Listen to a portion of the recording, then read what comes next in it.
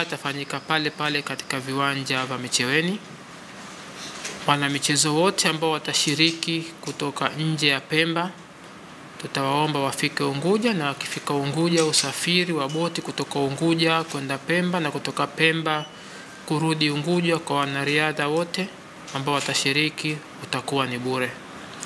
Siku ya pili kutakuwa kuna hiyo summit yenyewe, kwa maana kongamano lenyewe lenye lengo la kuwaunganisha wawekezaji wa ndani wa nje,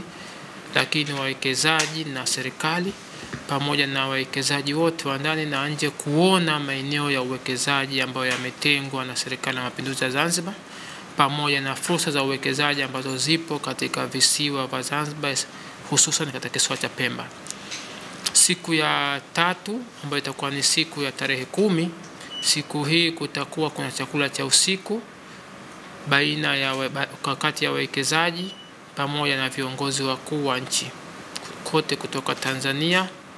kwa maana Tanzania bara na Tanzania visiwani kwa maana ya Zanzibar. Jambo la 4 ambalo linakwenda sambamba na kongamano hili ni uwepo wa maonesho ya biashara. Kwa hivyo wawekezaji wote, wafanya biashara wote ambao wanataka fursa ya kukutana na wawekezaji, wanataka kukutana na wanunuzi, wanataka kukutana na watu ambao wanaweza kufanya biashara pamoja, basi wanakaribishwa kwa siku zote hizo 4.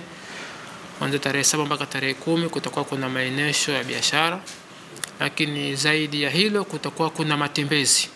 Siku ya tarehe 9 yote itakuwa imewekwa kwa ajili ya matembezi na kwa ajili ya majadiliano ya ana kwa ana, lakini siku ya tarehe 7 yenyewe baada ya marathon au hiyo walkathon matembezi, siku ya tarehe 8 yenyewe baada ya hiyo kongamano, na siku ya tarehe 10 yenyewe asubuhi tutakuwa tuna zoezi la kuwatembeza wawekezaji, tutakuwa tuna zoezi la kuwatembeza wafanya biashara maeneo ya vivutio vya uwekezaji Pemba, kwa maana maeneo yaliyotengwa kwa ajili ya uwekezaji, lakini maeneo ya vivutio utalii ambayo yako Pemba, ili waweze kujionea wenyewe. Tunapozungumzia fursa, nazo fursa zione ziko katika maeneo gani na zipo katika utaratibu gani. Kwa hivyo baada ya hayo, naomba nichukue fursa hii adhimu kuwakaribisha Watanzania wote, wawekezaji na wafanya biashara, wana michezo, lakini nichukue fursa hii vile vile kuwakaribisha wote ambao sio Tanzania, wenzetu, majirani zetu kutoka Kenya, wenzetu na hatimaye kuweza kupata washiriki.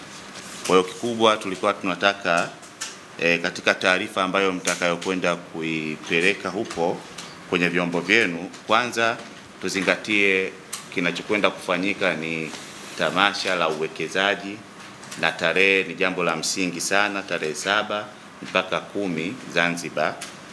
Pemba. Lakini pia tovuti kwa wale ambao wanataka kushiriki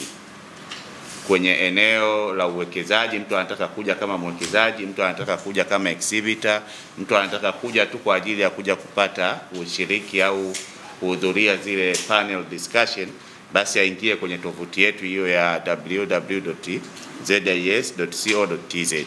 Haya ni maeneo ambayo tungependa kuyaona kwenye taarifa zenu, lakini pia